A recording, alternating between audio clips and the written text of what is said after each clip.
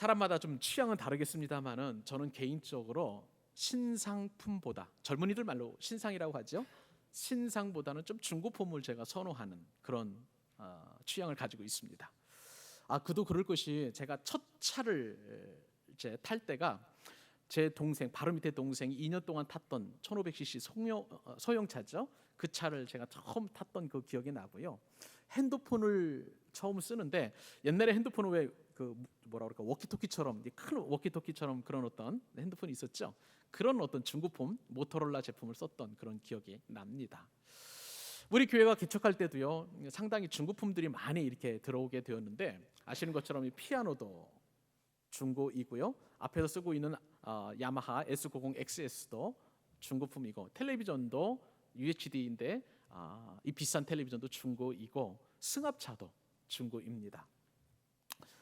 이 앞에 있는 그 JBL이라고 스피커 통도 있죠. 원래는 이 통도 중고입니다. 근데 이 중고 스피커 통에다가 신형 출력 장치를 탑재를 해가지고 정말 고성능 스피커를 우리가 이제 사용하고 있습니다. 제가 중고를 선호하는 그런 몇 가지 이유가 있는데요. 이 중고라는 것은 우선 생각을 해보니까 아무리 신상이라 할지라도 하루만 지나면 중고가 돼요. 제가 그런 어떤 좀 마음이 있는 것 같고요. 또 중고는 어떤 장점이 있냐면 사람들의 길이 많이 들었어요. 그러니까 사용하는데 익숙하죠. 그리고 그 꾸준하게 그 성능을 유지하기 때문에 그래서 중고가 참 좋은 것 같고, 또 중고를 쓰다 보면 길이 잘 들어서 나름대로 좀 이제 사용하는 일에 어려움이 없고, 설령 중고가 고장난다 할지라도 그냥 뭐 AS 맡기거나 내지는 폐기 처분해도 그닥 그렇게 아깝지 않으니까 중고를 제가 좀 선호한 편이라고 좀 할 수 있습니다. 근데 더 근본적인 제가 중고를 좋아하는 이유는요, 예전에 제가 어느 전자제품인가 신상품을 쓰다가 이 만지작 하다가 어떻게 고장이 나버렸어요. 그 다음부터는 신상에 대한 마음의 상처가 있어가지고 새 것을 쓰는데 참 주저주저하는 그러한 좀 생각이 듭니다. 여러분, 어떤 신제품이 나오면 즉시 사는 사람을 일컬어서 early adopter라고 이렇게 이야기하는데, 늦게 사는 사람이 있어요. 그러니까 좀 실증이 날 때까지 다른 사람이 다 써보고 좋다라고 이야기하면 그때서야 제가 이제 새 것을 사는 그런 경향이 있습니다. 이것을 일컬어서 레가드라고 얘기하는데, 이 단어는 좀 실증 내는 그런 뜻을 가지고 있어요. 그렇지만은요, 저는 실증 나지도 않고 제가 사는데 아무런 지장이 없기 때문에 중고품을 쓰는 것을 상당히 좋아합니다. 제가 물건을 중고 좋아한다고 해서 복음도 중고 좋아하느냐? 절대 아닙니다. 저는요, 교회에 대해서, 복음에 대해서, 그리고 은혜에 대해서는 늘 새 것을 선호하는 그런 경향이 있습니다. 누구한테 뒤지는 것을 정말 저는 싫어해요. 예를 들면 이런 것입니다. 어떤 목사님이 책을 읽다가 막 은혜를 받았잖아요. 그러면 제가 반드시 그 책을 사서 읽어야 돼요.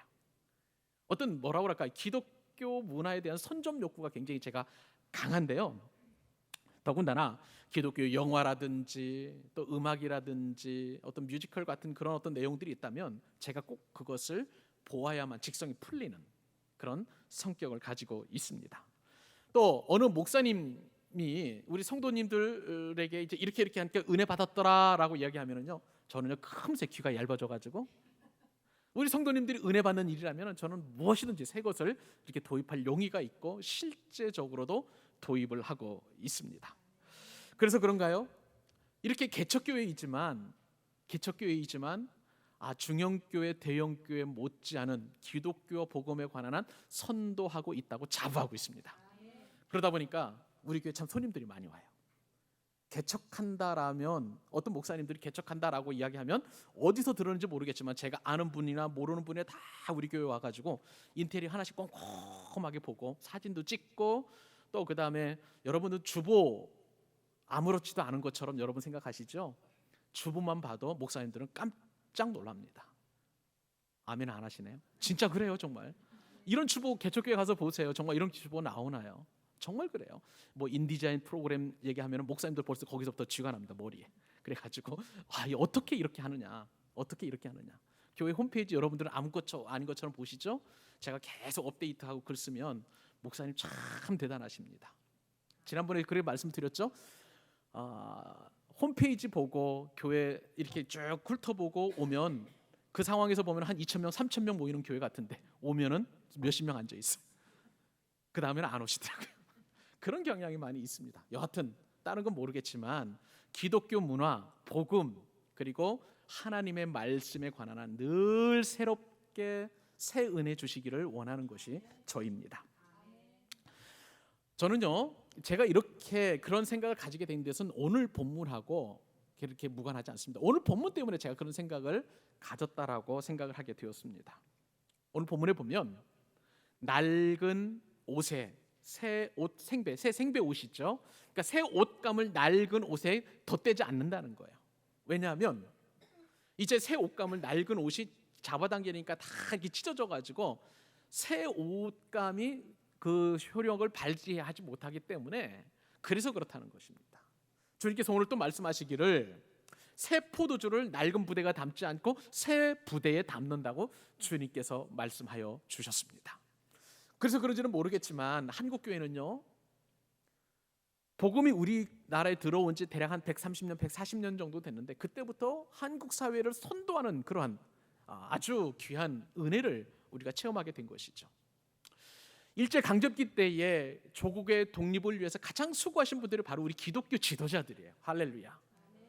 그뿐입니까? 6.25 전쟁 이후에 폐허가 되고 가난한 우리 국민들을 구제하고 또 삶의 용기와 희망을 불어넣어주고 국민들의 삶이 정말 잘 진전될 수 있도록 앞장서서 구제하고 섬겼던 것이 바로 한국 교회입니다. 그뿐만 아니라 조국 군대 운동이 일어날 때에도 한국 교회는 한국 사회를 모든 문화적인 부분이나 음악적인 부분에서 앞서 나갔어요. 그래서 이끌어 갔어요. 교회에서 만드는 어떤 음악, 그다음에 주보, 그다음에 소책자, 뭐 이런 또 출판과 관련된 음악과 관련된 모든 분야들을 한국 사회에서 이렇게 이제 한국 사회를 이끌어 나가는 그러한 역할을 했는데, 근데 한국 교회가 그것이 좀 자만했던 것 같습니다. 그 과거의 영광을 이렇게 누리려고 유지하려고 계속 힘을 쓰는 동안 점점 한국 교회의 문화나 수준은 뒤떨어져 가지고요. 지금은 앞장서 선도하기는커녕 뒤떨어져서 오히려 한국 교회가 많은 사람들의 지탄의 대상이 되고 말았습니다. 근데 더 참 안타까운 것은요, 다음 세대에서도 그렇다는 거예요. 제가 어느 기독교 청소년 모임에서 있었던 그 일을 하시는 목사님의 이야기를 들은 적이 있었어요. 그분은 이제 청소년들을 지도하시는 목사님인데 그 목사님께서 이제 청소년들, 특별히 이제 학생의 임원이나 간부들을 모아놓고 수련회를 진행하다가 한 가지 주제를 주고 토론을 하였습니다. 아이들이 말로 문상이 뭡니까? 문화상품권이죠. 문상을 주면서 전도하면 어떻겠느냐, 너희들 생각은 어떠느냐 이렇게 물은 거예요.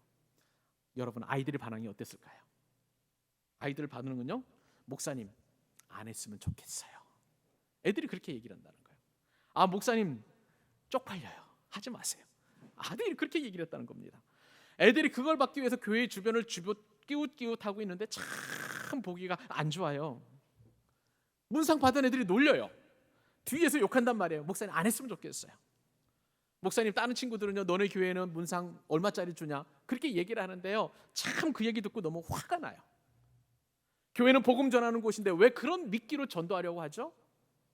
여러분, 요새 애들요 야무지게 말 따박따박 잘합니다. 아이들 말이 전혀 틀린 데가 없다고 생각이 돼요. 교회가 복음만 전하면 되지 왜 그딴 걸 줘서 교회가 욕먹느냐고 그렇게 목사님께 이야기했다는 것입니다. 어떤 아이들은요 그 이야기하면서 막 울먹울먹 하더라는 거예요. 저는 그 이야기를 들으면서 어떤 생각을 갖게 되었냐면 참 복음이 복음되지 못하고 있구나, 우리 한국 사회가 그런 어떤 상황에 놓여 있구나, 참 안타까운 마음을 갖게 되었습니다. 여러분, 이러한 그 증상을요 미리 예견한 목사님이 계십니다. 20세기 초반에 미국의 대표적인 복음주의 목회자 A.W. 토저, 에이든 윌슨 토저 목사님이란 분이 이러한 현상을 일컬어서 어떤 얘기를 했냐면은 위티즈 접근법, 위티즈 전도법이라고 그렇게 이야기한 적이 있었어요. 이 위티즈라는 것은 미국의 제너럴 밀스라는 그 어떤 그 식품 회사가 있는데 이곳에서 만든 시리얼 이름이 바로 위티즈예요. 근데 이 시리얼 광고를 할 때에 유명 연예인이나 유명 어떤 그 스포츠 스타들을 데리고 내가 시리얼을 먹으니까 여러분들도 드시오라고 그렇게 이제 광고를 하는 거예요. 마치 이런 것처럼 이 토저 목사님이 볼 때에 수많은 유명 연예인들, 그 다음에 또 여러 스타들 가운데 기독교인들을 데려놓고 내가 예수 믿으니까 당신도 믿으시오라고 이렇게 이야기하는 것은 마치 윗디즈를 판매하는 그 상술과 다를 바 없다라고 그렇게 얘기한다는 것이죠. 이것을 토저 목사님이 윗디즈 전도법이라고 그렇게 이야기를 했다는 것입니다. 여러분, 이러한 윗디즈 전도법은요, 한 가지 중요한 전제를 깔고 있어요. 그것은 복음의 능력이 유명인들의 유명세보다도 못하다라는 암묵적인 전제가 깔려 있기 때문에 이것은 큰 문제점이라고 생각합니다. 우리 교회는 유명인들의 간증, 물론 때로는 할 수도 있겠지만 될 수 있으면 간증을 지향이 아니라 지양하려고 합니다. 여러분, 복음으로 승부를 걸 만큼 한국 교회는 복음에 대한 신뢰가 좀 떨어진 것이 아닌가 그렇게 진단할 수 있어요.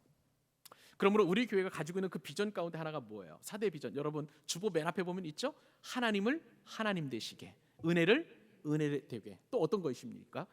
그 다음에 복음을 복음 되게, 또 사람을 사람 되게. 그 가운데 우리 교회 주신 그 비전이 너무나 너무 귀하다고 생각해요. 여러분, 우리 교회는 복음을 복음 되게 하는 교회여야 합니다. 이것은 하나님께서 우리에게 주신 소명이에요, 사명이에요. 그러므로 오늘 말씀을 들으면서 여러분 우리 한번 참 결단하십시다. 복음을 복음되게 하는 그 일에 저와 여러분이 쓰임받기를, 우리 교회가 쓰임받기를 간절히 소원하실 수 있기를 바랍니다. 자, 첫 번째, 오늘 주님께서 주시는 첫 번째 교훈은 무엇이냐면요, 스스로 의롭다는 낡은 가죽 부대를 버려야 한다는 거예요. 우리는 지난 시간까지 이제 예수님에 관한 말씀을 마태복음 9장을 계속 상고해 왔죠. 지난 시간에 우리 깊이 은혜 받았던 것은 예수님께서 지나가시다가 세관에 앉아 있었던 누구를 불렀어요? 세리 마태를 부르셨어요. 그리고 제자로 삼으셨는데, 이 마태가 자신처럼 죄인과 같은 사람을 불러주시고 말도 걸어주시고 제자 삼아 주셨으니 얼마나 기뻤습니까? 그래서 이제 큰 잔치를 열고 이제 주님께 이제 그 뭐라 그럴까, 좀 그 감사를 드린 것이죠. 그때 초대받지 않은 사람들이 그 잔치에 참여했었어요. 누구인가요? 바리새인들이었어요. 바리새인들이 와서 딱 보니까 저 랍비인 예수가 하는 것이 죄인들과 밥 먹고 세리들과 식사하고 막 먹고 마시고 노는 거예요. 그러니까 그들 눈에 보니까, 바리새인들 눈에 보니까 이건 참 기가 막힌 일이에요. 그래서 따졌지요. 어찌하여 죄인들과 그리고 세리들과 밥을 먹나이까 따졌습니다. 그때 주님께서 어떤 말씀을 하셨어요? 건강한 자에게 의원은 쓸데없지만 아픈 병든 자에게라야 쓸데있고, 그죠? 뿐만 아니라 주님은 의인이 아니라 누구를 불러 오셨다고요? 죄인을. 그렇기 때문에 먹고 마신다고 말씀을 하셨습니다. 그래서 이 논쟁은 이제 일단락 되었는데요, 이때 또 다른 사람들이 예수님께 따져들고 있습니다. 그 사람들이 누군지 아세요?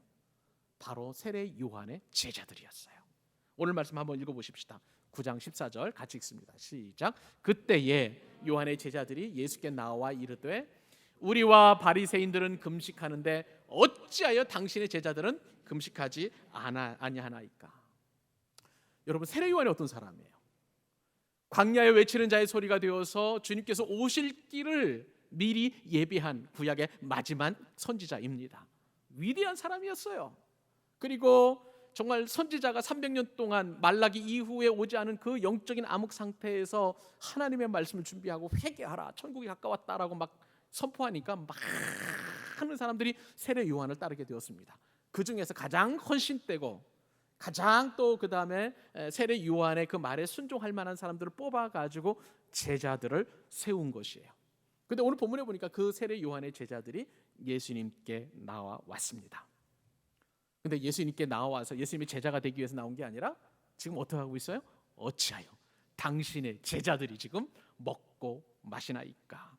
우리와 지금 바리새인들은 다 금식하는데 이것을 이해할 수 없습니다 라고 지금 예수님께 따져 묻는 것이죠.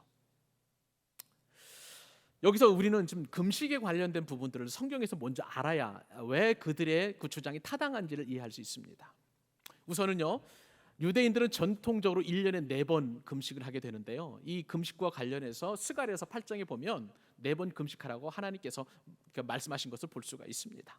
8장 19절인데 스가랴서 만군의 여호와가 이같이 말하노라. 자, 그다음에 몇째 달 금식인가 잘 보세요. 넷째 달의 금식과 일곱째 달의 금식과 그다음에 열째 달, 아니죠, 넷째 달, 다섯째 달, 일곱째 달, 열째 달의 금식이 변하여 유다 족속에게 기쁨과 즐거움과 희락의 절기들이 오리니, 이렇게 되어 있고, 오직 너희는 진리와 화평을 사랑할지니라. 그렇게 스가랴에서 서에서 이미 이제 하나님께서 말씀을 하셨습니다. 넷째 달이라는 것은요, 다섯째 달이라는 것은 지금 우리가 이야기하는 4월, 5월 그런 개념이 아니에요. 넷째 달이라는 것은 4월, 즉 에이프릴이 아니라 유대력에서의 달력을 말하는 것입니다. 성경에서 나오는 그 달은요, 항상 우리가 말하는 우리에게 익숙한 태양력으로 생각하시면 안 돼요. 유대력인데, 이 유대력 넷째 달, 그 달이 바로 이제 타무즈월인데, 이 타무즈월 17일에 유대 백성들은 예루살렘 성이 바벨론에 함락된 것을 기억하면서 금식하도록 그렇게 율법에 규정되어 있습니다. 이 다섯째 달은 아부월이라는 그런 달인데, 이 아부월 9일에는 예루살렘 정복을 한 바벨론 왕 느부갓네살이 예루살렘 성도도 불태웠거든요. 이게 더 이상 하나님 앞에 제사할 수 없으니까 그것을 기억하며 금식하는 달이 바로 다섯째 달 금식이었습니다. 7월 달, 일곱째 달 금식이 있는데, 7월 달은 디스리월이라고 이야기하는데요. 이때는 3일에 이제 금식했는데, 유대 총독 그달랴가 암살당한 것을 기억하면서 금식하는 달이고, 그리고 열째 달을 데벳월이라고 하는데, 이 데벳월 29일은 바벨론 왕 느부갓네살에 의해서 예루살렘 성이 포위된 것을 기억하면서 금식하게 되어 있습니다. 근데 이 네 번의 금식은요, 선택을 할 수 있어요. 자기의 어떤 신앙이라든지 또 자기의 어떤 건강 상태라든지 상관없이 그렇게 선택해서 이제 금식해도 됩니다. 그런데요, 이런 선택과는 달리 모든 유대인들이 다 금식해야 하는 날이 있어요. 그때는 젖먹이 어린아이들로부터 노년에 이르기까지 예외가 없습니다. 모든 사람들이 다 금식을 해야 하는데, 그날이 바로 대속죄일. 욤이라는 것은 히브리 말로 데이라는 뜻이에요. 날이라는 뜻이고요. 그리고 여러분이 그 설교 안에 적어드린 것처럼 하키프람이라는 그 단어는 대속죄, 큰 속죄를 이야기하는 거예요. 대속죄일에는 누구나 다 예외 없이 금식을 하게 되어 있습니다. 이 금식을 통해서 이스라엘 백성들은 하나님께서 말씀하셨죠. 이날에는 너희가 몸을 스스로 괴롭게 하라. 즉 금식하면서 하나님께 나의 어떤 죄나 그 죄로 말미암아 하나님을 슬프게 한 것이나 그 죄로 말미암아 하나님을 진노한 것에 대한 모든 죄들을 다 쏟아내는, 금식하면서 쏟아내는 날이 바로 대속죄일이었고, 누구나 다 금식을 해야만 하는 그런 날이었던 것입니다. 여러분, 오늘 본문의 바로 그날 대속죄일에 지금 예수님께서 제자들과 함께 먹고 마시고 있는 거예요. 지금 세례 요한의 제자들은 이 속죄일에 당연히 금식해야 하는 이 날에 예수님도 먹고 마시고, 그리고 제자들도 먹고 마시고 얘기하면서 이렇게 환담하고 있는 것을 보니까, 이거는 율법에 보면은 저들은 아주 율법의 반역자들이에요. 그렇기 때문에 지금 세례 요한의 그 제자들이 분노가 아주 충천한 것입니다. 사랑하는 여러분, 이 상황에서 금식하는 세례 요한의 제자들과 바리새인들, 그리고 금식일에 지금 밥을 먹고 음료를 마시고 즐거워하고 좋아하는 이 예수님과 제자들 사이에 누가 옳아 보입니까? 누가 더 경건해 보이세요? 저는요, 이 질문 앞에 여러분들 대답을 다 압니다. 그것은 바리새인들이죠. 세례 요한의 제자들이죠. 여러분 마음을 다 들키셨죠? 근데 여러분, 우리는 여기서 하나님의 놀라운 뜻을 알게 됩니다. 여러분, 대속죄일이 어떤 일이에요? 하나님 앞에 나의 모든 죄를 용서하고 그리고 자비와 긍휼을 구하는 날이 바로 대속죄일이잖아요. 그러면 여러분, 우리 인생의 모든 죄를 짊어지시고 나의 죄를 용서하시며 나의 과거와 미래와 현재 모든 죄를 다 사신 권세를 가지신 분이 누구세요? 예수 그리스도세요. 그러면 대속죄일의 주인은 누구이십니까? 예수님이십니다. 그렇다면 여러분, 일반 사람들은 이 대속죄일의 주인이 되신 그 예수님과 함께 있다면 내 죄를 용서하신 것에 대하여 기뻐하고 감사하고 즐거워하고 춤을 추면서 먹고 마셔야 될 줄로 믿습니다. 근데 지금 세례 요한과 바리새인들 그렇게 하지 않아요. 율법적으로, 전통적으로 그렇게 해왔기 때문에 그날에 지금 먹고 마시는 예수님에 대하여 그들은 잘못된 시각을 가지고 비판하고 지금 평가하고 있는 것을 보게 됩니다. 우리는 여기서 안타까움을 한 가지 느끼게 돼요. 형식주의, 율법주의 혹은 경건주의에 빠져서 왜 세리와 함께 죄인들과 함께 밥을 먹느냐라고 이렇게 지적했던 바리새인들의 그 질문, 그리고 경건주의에 젖어서 남들이 보기에는 다 옳다라고 여겨지는 그 경건에 빠져서 왜 어찌하여 금식을 안 하느냐라고 지금 예수님을 질타하는 이 세례 요한의 그 제자들을 바라보면서 우리 안에는 과연 그런 부분이 없는지, 주님께서 저들을 안타깝게 여기신 것처럼 과연 오늘 우리에게도 그런 부분은 없는지 한번 돌아보실 수 있기를 바랍니다. 여러분, 세례 요한의 제자들은요, 전통적인 금식이 대속죄일에 하는 것이 맞기 때문에, 옳다고 생각했기 때문에 이날 먹고 마시는 예수님을 용납하지 못했어요. 인정하지 못한 것입니다. 지금 자신의 스승인 이 세례 요한은 어떤 상황에 빠져 있냐면 본문에 등장하지 않죠? 감옥에 갇혀 있어요. 세례 요한의 제자들은 그 자신의 스승인 세례 요한을 위해서 기도하기 위하여 금식한다면 얼마든지 인정할 수 있습니다. 그러나 죄 때문에 지금 문제를 가지고 예수님과 그리고 제자들에 대하여 왜 금식하지 않느냐라고 묻는 것은 그건 타당하지가 않은 거예요. 만약에 예수님께서 지금 먹고 마시는 날, 대속죄일에 먹고 마시는 날에 그렇게 마셨다면 무슨 뜻이 있겠지, 그렇게 생각하면 참 얼마나 좋겠습니까? 그런데 그들은 그렇게 하지 않고 자신들의 경건주의 확신이 내 가진 그런 같은 가치관을 가지고 주님을 지금 비판하고 주님이 지금 틀렸다고 이야기하고 있는 것입니다. 우리는 세대 요한의 그런 제자들의 형태를 바라보면서 어찌 보면은요, 쾌락주의보다도 내가 가지고 있는 어떤 종교적인 형태의 경건주의가 더 주님의 마음을 아프게 하겠다라는 그런 생각과 적용을 해볼 수 있습니다. 세례 요한의 제자들은 그 예수님, 바로 내 눈앞에 있는 예수님을 영접하지 못하고요, 그 전통주의에 휩싸여서 나중에 세례 요한교를 따로 만듭니다. 진정한 복음이 그들 앞에 바로 있음에도 불구하고 저들은 종교적인 신념 때문에 예수님의 제자가 되기를 거부한 그런 사람들이었습니다. 이런 형태 오늘날 우리에게도 있어요. 그리고 과거에도 있었습니다. 17세기의 영국의 대형 교회 가운데 하나였던 레이븐햄 이 교회를 담임하셨던 윌리엄 거널이라는 목사님 이런 말을 합니다.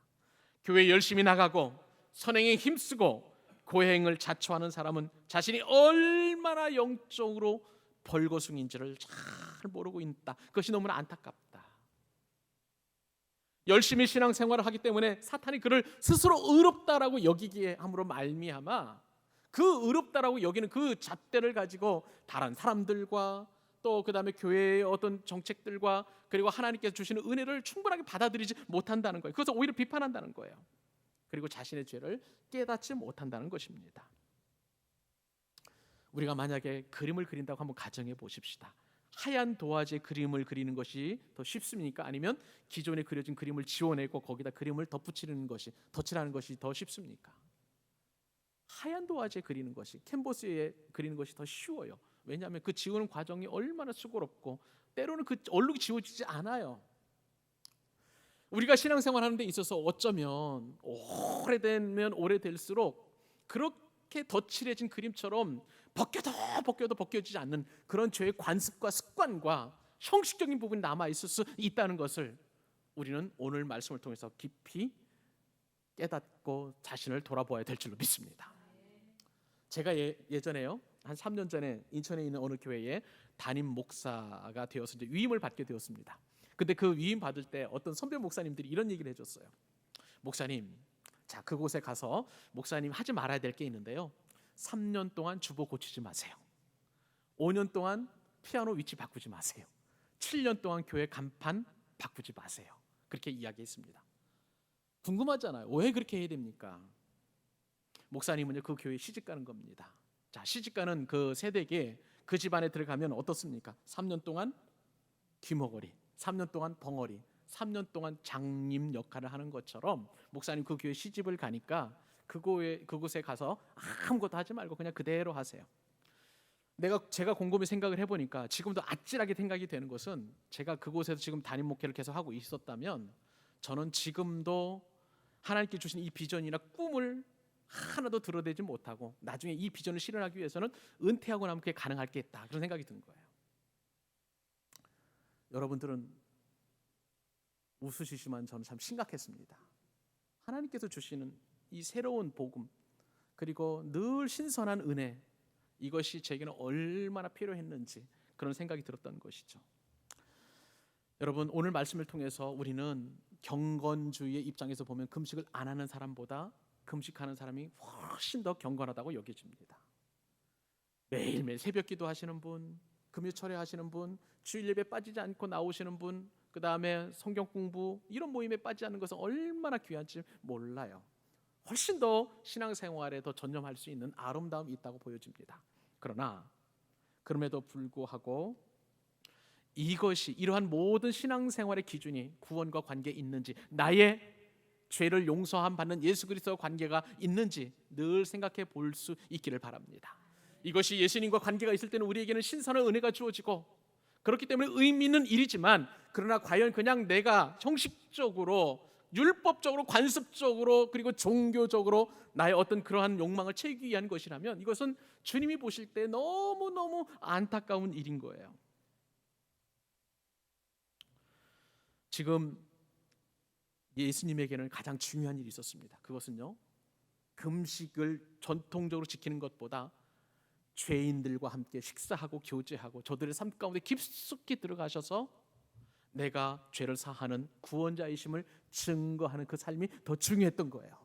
그렇기 때문에 지금 대속죄 일에 금식보다도 주님께서는 먹고 마시고 죄인들과 함께 교제하고 말씀을 가르치시는 그 사역을 감당하신 줄로 믿습니다.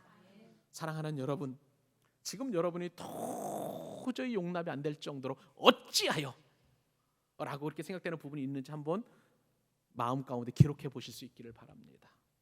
어찌하여 우리 교회가 부흥이 안 되고, 어찌하여 내가 시험에서 떨어지고, 어찌하여 내가 승진해서 누락이 되고, 어찌하여 내가 병들어 있고, 어찌하여 나보다 못한 사람이 나보다 더 잘 되고 있느냐라고 그렇게 따지고 싶다면 오늘 말씀 앞에 여러분 깊이 스스로를 돌아보고 스스로를 성찰하실 수 있기를 바랍니다.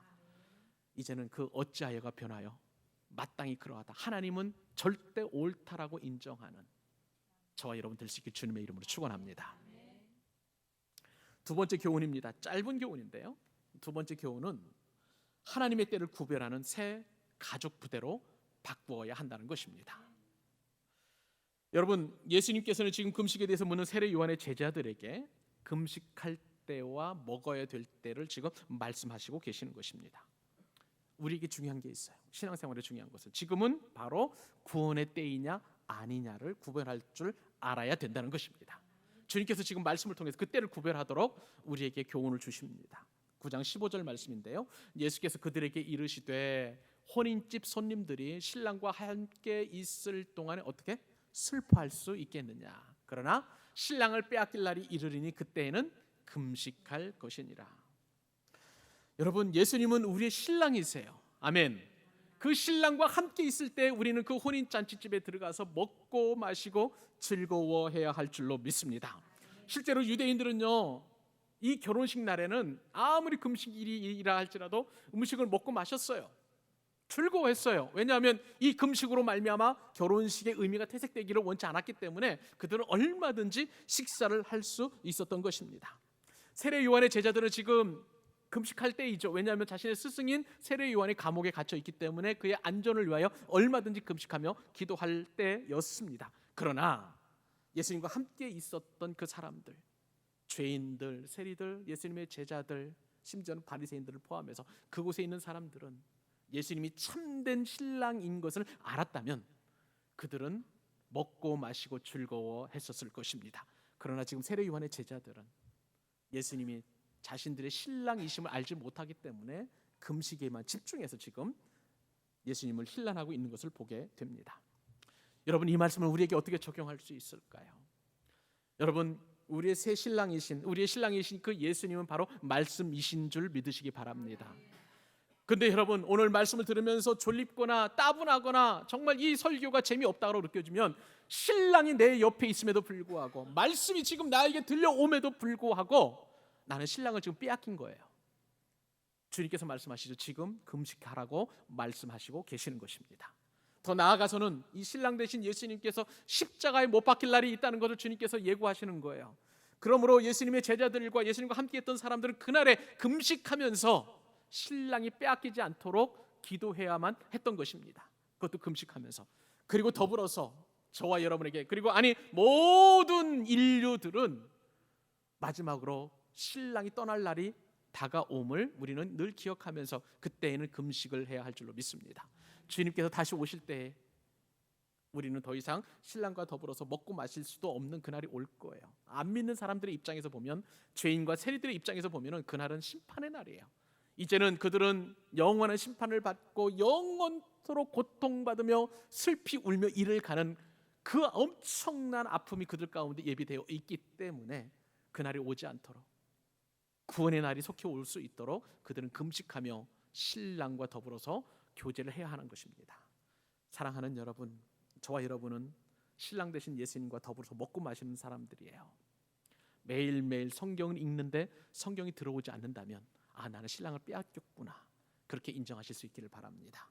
설교를 들으면서 혹은 큐티를 하면서 말씀이 하나도 내 마음 가운데 들어오지 않는다면 신랑이 빼앗겼음을 인정하고 슬피 울며 금식하며 회개하는 은혜가 여러분 가운데 주어질 수 있기를 바랍니다. 그럼 우리에게 필요한 것은 다른 게 아니에요. 내가 낡은 부대인지 새 가족 부대인지를 구별하는 것은 말씀을 듣는, 그리고 말씀을 읽을 때 내 마음의 반응을 보면 됩니다. 이 시간 여러분들을 축복합니다. 하나님의 때, 그곳은 바로 내가 새로운 가족 부대가 되어서 하나님의 말씀을 신선하게 담고 그 말씀으로 인하여 은혜를 받는다면 여러분은 새 가족 부대를 갖게 된 줄로 믿습니다. 낡은 가족 부대에서 새로운 가족 부대로 옮겨가는 지혜로운 여러분 되실 수 있기를 바랍니다. 마지막 교훈 한 가지 더 살펴봅니다. 오늘 말씀을 통해서 주님께서 주시는 세 번째 교훈은요, 새 포도주 담는 새 가족 부대가 되기를 소망하라는 것입니다. 제가 아주 유의 깊게 보았던 책이 하나 있어요. 미국의 미래 성장학자, 미래 교회 성장학자 레너드 스윗이라는 분이 지상에 있는 교회를 네 가지로 구분을 합니다. 첫 번째는 선교형 교회, 보통 이렇게 구분을 하는데요. 미셔너리 처치는 늘 교회가 선교 지향적이에요. 그래서 복음을 전하는 일에, 한 영혼을 구원하는 일에, 선교하는 일에 늘 앞장서고, 그러다 보니까 교회가 막 생기가 도는 교회예요. 이런 교회가 바로 선교적 교회인데, 저는 꿈을 꿉니다. 우리 광교 사랑의 교회는 선교적 교회가 될 수 있기를 소원합니다. 또한 이 레너드 스윗이 분석하는 두 번째 교형 유해는요, 사역형 교회예요. 사역형 교회는 정말 하나님을 위해서 교회가 모든 힘을 쏟아내는 교회예요. 그렇기 때문에 그 하나님을 위해서 일하기 위해서 우리가 먼저 훈련 받아야 되고, 제자 훈련, 그다음에 성경 공부, 각종 기도 모임들이 충분하게 이루어지고 충만하게 이루어지고, 성도들이 막 말씀으로 은혜 받는 그런 교회이고, 그렇게 성령 충만 받은 성도들이 이제 교회 사역도 하고, 가정으로, 또 그다음에 직장으로, 또 학교로 나아가서 정말 역동적으로 그리스도인으로서 삶을 사는 교회가 바로 이 사역형 교회예요. 저는 우리 교회가 역동적인 이 사역형 교회가 될 수 있기를 간절히 소원합니다. 여러분들 그런 꿈을 꾸고 계신 줄 믿습니다. 그런데요, 바람직하지 않은 그런 교회 유형이 있어요. 그것은 어떤 교회 유형이냐? 유지형 교회예요. 교회가 크고, 교회가 좀 이제 한 30년, 50년 혹은 100년 이상 전통이 되면 이제는 그 교회를 유지하는 그런 형태로 나타나게 돼요. 안타까워요. 교회 모든 재정과 에너지를 그냥 교회 유지하는 일에 쓰는 그런 교회입니다. 이런 유지형 교회 바람직하지 않아요. 또 박물관형 교회가 있습니다. 이 교회는 그냥 과거의 어떤 영광과 과거에 어떤 일을 했었던 것이 늘 박물관처럼 전시되어 있고 박제되어 있어요. 교회이지만 살아난 교회가 아니라 죽은 교회처럼 그렇게 박물관처럼 되어 있다는 것이죠. 수많은 지상에 있는 교회들이 처음에는 선교형 교회, 그 다음에 사역형 교회였다가 유지형 교회로, 그리고 이제는 박물관형 교회로 그렇게 바뀌어져 갑니다. 참 안타까운 일이라고 할 수가 있겠는데요. 주님께서는 바로 그러한 유형 속에서 유지영 교회나 혹은 유지영 박물관, 유지영 성도나 혹은 박물관형 성도에 대하여 경고를 하시는 것을 보게 됩니다. 그 말씀 16절 17절 너무나 중요한 말씀이니까 같이 한번 읽도록 하겠습니다. 자, 시작. 생배 조각을 낡은 옷에 붙이는 자가 없나니 이는 기운 것이 낡은 가죽 부대에 넣지 아니하나니 그렇게 하면 부대가 터져 포도주도 쏟아지고 부대도 버리게 됨이라. 새 포도주는 새 부대에 넣어야 둘 다 보존되느니라. 아멘. 여러분, 여기서 주님께서 말씀하시는 낡은 옷이 있잖아요. 생배 조각을 낡은 옷에 붙이는 자가 없다 할 때 이 낡은 옷은요 구약의 율법의 시대를 말하는 거예요. 그러면 여기서 생배 조각은 어떤 분을 의미할까요? 예수님이세요. 이제는 낡은 옷에 구약의 어떤 전통적인 것, 형식적인 것에 새 복음이신 새 신랑이신 예수님을 갖다 붙이면 둘 다 해를 받는다는 거예요. 그럴 수 없다는 거예요. 이것은 있을 수 없는 일이라는 것을 주님께서 말씀해 주고 계십니다. 그도 그럴 것이 여러분 한번 보세요. 옛날에 할머니들이 이제 낡은 옷에다가 배옷에다가 새 생배 조각을 넣으면 이렇게 뭐 바느질 해가지고 기우면 그런 뭐 낡은 옷도 다 못 쓰게 되고 생배 조각은 이렇게 잡아당기기 때문에 오그라들면서 낡은 옷 조각이 오그라들면서 생배 조각을 잡아당기니까 생배도 못 쓰는 게 되는 거예요. 이제 그 옷은 쓸 수가 없는 것이죠. 그런데 이러한 원리와 똑같이 주님께서 어떤 얘기를 하냐면 포도주 얘기를 합니다. 여러분, 이 말씀 듣고서 예수님께서 그럼 포도주 드셨으니까 우리 술 마셔도 되네? 그런 적용하지 마시기 바랍니다. 그 말씀이 아니에요. 자, 지금으로부터 2000년 전이에요. 예수님께서 사시던 때에 포도주를 어떻게 담궜냐면요, 유리병이 없었던 그런 시제잖아요. 그래서 염소를 잡습니다. 그러면 염소를 잡으면 뭐 가죽들을 다 벗겨내잖아요. 그리고 나서 거기에 이제 그걸 가지고 이제 푸대로 쓰는 건데, 새 염소 가죽 부대는 굉장히 신축성이 있고 그다음에 유연해요. 그리고 포도주를 담그게 되면 그냥 이제 포도주가 아니고 포도주를 다 으깨입니다. 으깨 가지고 지금처럼 뭐 술을 조금 넣고 설탕을 넣는 그런 개념이 아니라 그냥 그대로 발효시키는 거예요. 자, 포도주가 발효가 되면서 이산화탄소 가스가 나오는 거예요. 그러면은 시간이 지나면 지날수록 발효가 되니까 그 가스는 어떻게 됩니까? 점점 더 늘어나게 되겠죠. 자, 그럼 포도주 가죽 부대 안에 있었던 이 포도주가 이제 그 가스가 팽창이 되니까 이 가죽 부대는 어떻게 되는 거예요? 점점 팽창이 되는 겁니다. 근데 이 새 가죽 부대는 신축성이 있고 유연성이 있으니까 그냥 가스가 있어도 어느 정도 뭐 극한까지 가지 않은 이상은 나름대로 다 포용을 하는 거예요. 그런데 이것을 2번 사용하고 3번 사용하고 여러 번 사용한 그 낡은 가죽 부대는 신축성이 없으니까 어느 정도 팽창되면 그냥 빵 터지고 마는 거예요. 그러면 그 안에 있었던 포도주나 혹은 부대 자체도 다 버려야 된다는 것이 바로 예수님의 말씀이었던 것입니다. 여러분, 이 말씀을 통해서 주님께서 하시고 싶은 말씀이 무엇일까요?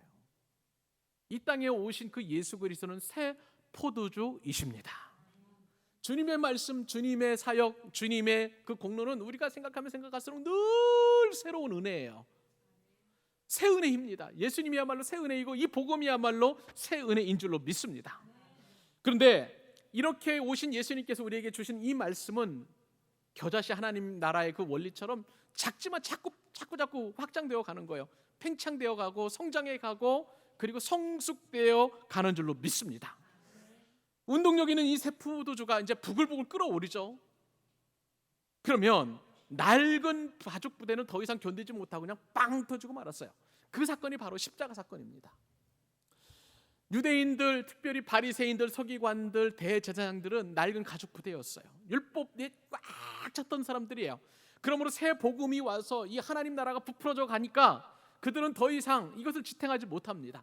자신들의 기득권이 자꾸 위협당하고, 그리고 새로운 그 메시아라고 자청하는 이 랍비인 예수의 그 복음이 왕성해지니까 자신들의 입지가 줄어들고 자신들이 누리고 유지되었던 그런 기득권들이 다 사라지게 되니까 그냥 놔둬서는 안 돼요. 그렇기 때문에 십자가에 못 박히 죽게 하고 그들의 기득권을 유지하려고 했던 사람들이 바로 이 낡은 가죽 부대였습니다.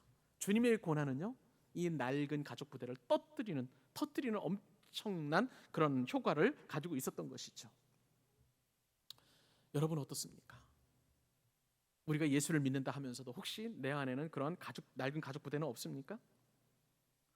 여러분, 내가 하나님의 말씀을 듣고 살아야 한다라고 이 교회에서는 은혜를 잔뜩 받고서 집으로 돌아가면, 혹은 회사로 돌아가면, 학교에서는 옛날 그대로 내가 가치관 그대로 그냥 본성적으로 본능적으로 얘기하고, 그리고 변화되지 않은 말씀과 전혀 상관없이 그렇게 생활한다면 여러분은 여전히 낡은 가죽 부대를 갖고 있는 사람들입니다. 교회에서는 목사님, 교회에서는 장로님, 교회에서는 권사님, 교회에서는 집사님 소리 다 듣고 있는데, 근데 집으로 돌아가서는 고운 말 하나도 하지 아니하고, 축복이나 격려임을 하지 않고, 남편이나 아내나 자식이 행동하는 것에 하나같이 마음에 들지 않아가지고 계속 지적질하고 한다는 것은 낡은 가죽 부대를 갖고 있다는 증거입니다. 결혼에 대한 숱한 설교를 듣고 그 다음에 신앙 서적을 읽어도 내가 배우자를 선택할 때 외모를 봐야 되고, 가정 환경을 봐야 되고, 또 그 다음에 가지고 있는 어떤 그 스펙도 봐야 된다면, 이것은 여러분이 여전히 낡은 가죽 부대를 갖고 있는 증거예요. 여러분의 자녀들을 위한 배우자를 구할 때도 그런 기준이라면 여전히 낡은 가죽 부대입니다. 내가 주님의 말씀대로 순종하였다, 그래서 이곳에서는 섬기고 사랑하고 누구나 다 이렇게 포용할 수 있는 것 같은데, 정작 투표할 때는 사람을 보지 않고 정책을 보고 투표하는 것이 아니라 그냥 지역을 보고 찍는다면, 이것도 역시 낡은 가죽 부대라고 할 수가 있는 것입니다. 저명한 교회 성장학자 하워드 스나이더라는 분이 있습니다. 이 하워드 스나이더 박사님은 새 포도주는 새 부대라는 그 책에서 여전히 낡은 제도와 사고방식에 안주하는 교회와 성도들에게 경각심을 주는 글을 이렇게 썼습니다. 인간의 본성은 보수적이기를 원하지만 하나님의 본성은 새롭게 하는 것이다.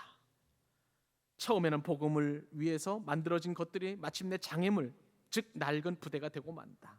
그럴 때 하나님은 낡은 부대를 부수고 복음이 다시 인간 사회를 새롭게 하도록 하신다. 복음은 초대교회나 우리 시대에도 새로운 것이다. 그것은 아직도 하나님의 능력이다. 복음은 여전히 낡은 부대를 터뜨리고 세상으로 흘러 넘친다. 사랑하는 여러분, 우리 새 신랑이시고 새 은혜이시고 그리고 새 포도주이신 주님께서 여러분과 함께 계시다면, 우리는 더 이상 낡은 전통이나 낡은 형식주의나 세례 요한의 제자들과 같은 낡은 경건주의로 말미암아 복음의 역사를 제한한 일이 없도록 늘 우리의 마음을 새롭게 하실 수 있기를 바랍니다. 새 마음을 가져야 돼요. 새 영이신 성령께서 나와 함께 하시기를 늘 사모하실 수 있기를 바랍니다. 말씀을 읽을 때, 내가 하나님 앞에 예배할 때에, 그리고 내가 직장에서 일할 때에 정말 마지못해서 어쩔 수 없이 하는 것보다 이제는 새 가죽 부대가 되어서 내 마음을 변화시키고, 새 가죽 부대가 되어서 새 포도주를 담은 것처럼 신선하게 그렇게 매일매일 살아난다면 우리 주님께서 큰 영광을 받아 주실 줄로 믿습니다. 말씀을 맺습니다. 저와 여러분은 물건은 비록 중고를 선호한다고 할지라도 우리의 신앙과 우리의 교회와 그리고 우리가 주님을 사랑하는 그 믿음의 고백은 날로 새로워져야 될 줄로 믿습니다. 왜냐하면 예수님께서 새로우신 분이시기 때문에 그래요. 성령님의 은혜는 늘 새롭기 때문입니다. 그러면 우리 교회도 새로워져야 될 줄로 믿습니다. 나의 오래된 전통적인 신앙생활도 새로워져야 될 줄로 믿습니다. 여전히 낡은 부대를 고집하고 있다면 이제는 다 파기해버리고 새 가족 부대로 우리의 마음을 새롭게 하는 저와 여러분 될 수 있기를 바랍니다. 그것을 위해서 우리 여름 수련회를 떠납니다. 그리고 여름 수련회 주제가 바로 새 포도주는 새 부대에입니다. 여러분, 우리 같이 여름 수련회 참여해서 같이 쉬고 같이 즐기고 같이 먹고 같이 교제하면서 또 새 포도주이신 주님을 만나는 저와 여러분 될 수 있기를 우리 주님의 이름으로 축원합니다. 기도하십시다.